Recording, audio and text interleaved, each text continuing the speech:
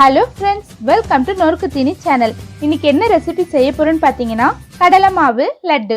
கடலை மாவு லட்டு செய்ய தேவையான பொருட்கள் பார்க்கலாம். 3/4 கப் கடலை மாவு, 1/2 கப் சர்க்கரை, 1/4 கப் நெய், ஒரு ஏலக்காய், தேவைக்கேற்ப முந்திரி பருப்பு. இப்போ கடலை மாவு லட்டு எப்படி செய்யறதுன்னு பார்க்கலாம் வாங்க.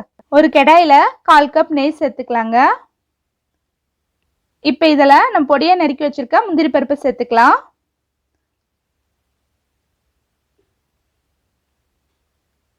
முந்திரி பருப்புலாம் பொன்னிறமாக ஆயிடுச்சு. இப்போ இதை எடுத்துடுவோம்.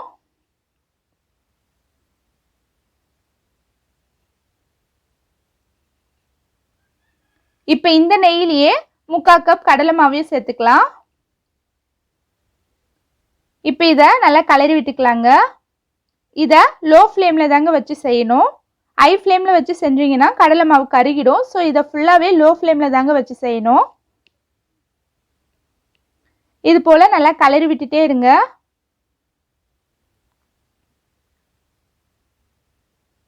இதை ஒரு 8 to 10 மினிட்ஸ்க்கு இது போல் நல்லா கலரி விட்டுட்டே இருக்கணுங்க.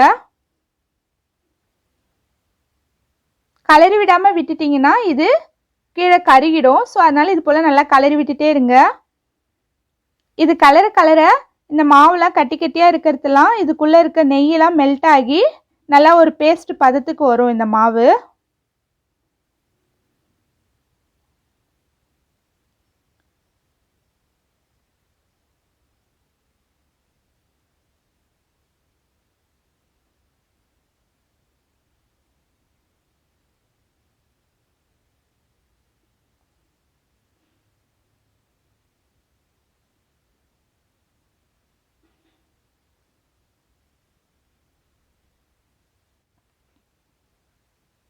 இது போல் இதை நல்லா கலரி விட்டுட்டே இருக்கணுங்க.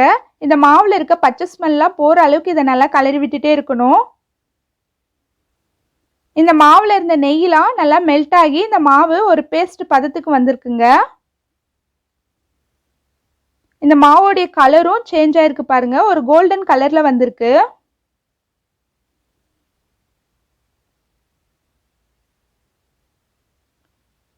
இப்போ இது ரெடி ஆயிடுச்சுங்க. வேற ஒரு பாத்திரத்தில் மாற்றிக்கலாங்க. இதை உடனடியாக வேற ஒரு பாத்திரத்தில் மாற்றிடணுங்க. எதுக்காக நீங்கள் பார்த்தீங்கன்னா இந்த கெடாயி கொஞ்சம் சூடாக இருக்குங்க. இந்த கெடாயிலே இந்த மாவு இருந்துச்சுன்னா அடியிலலாம் கருகிடும். அதனால இதை வேற ஒரு பாத்திரத்தில் உடனே மாற்றிடணும். வேற ஒரு பாத்திரத்தில் இதை மாற்றியாச்சுங்க. இது கொஞ்ச நேரம் ஆறணுங்க. இந்த 1/2 கப் சர்க்கரையும் ஒரு ஏலக்காவையும் பவுடர் பண்ணி எடுத்துக்கலாம். பவுடர் பண்ணியாச்சுங்க. மாவு ஆறிடுச்சுங்க. இப்போ இதை இது போல் நல்லா கலரி விட்டுக்கலாம்.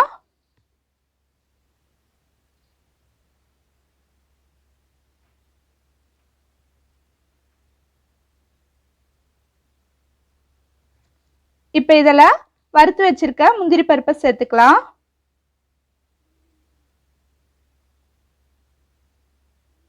இது கூடவே பவுடர் பண்ணி வச்சிருக்க சர்க்கரையும் ஏலக்காவையும் கொஞ்சம் சேர்த்துக்கலாம். சேர்த்து இதை நல்லா மிக்ஸ் பண்ணிக்கலாங்க.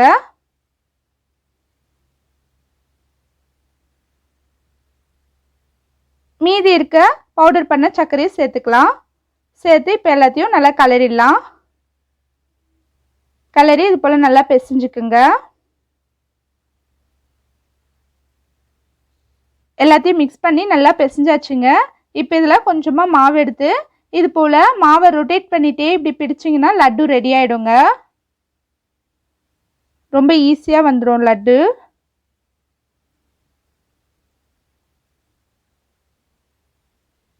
இப்போ இதை வேறு பிளேட்டில் வச்சிடலாம்.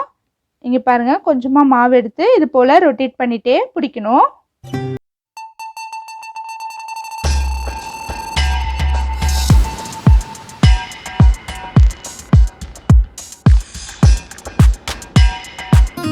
நம்ம எடுத்த குவான்டிட்டியில் 4 லட்டு வருதுங்க.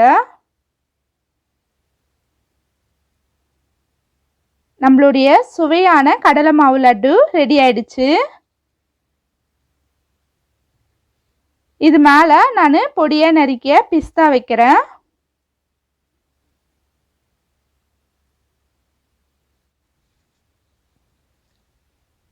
இங்கே பாருங்க, நம்ம செஞ்ச கடலை மாவு லட்டு எவ்வளோ நல்லா வந்திருக்குன்னு.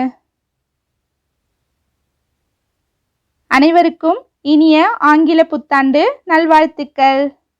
நீங்களும் இதை வீட்டில் செஞ்சு இந்த புத்தாண்டை ரொம்ப சந்தோஷமாக கொண்டாடுங்க.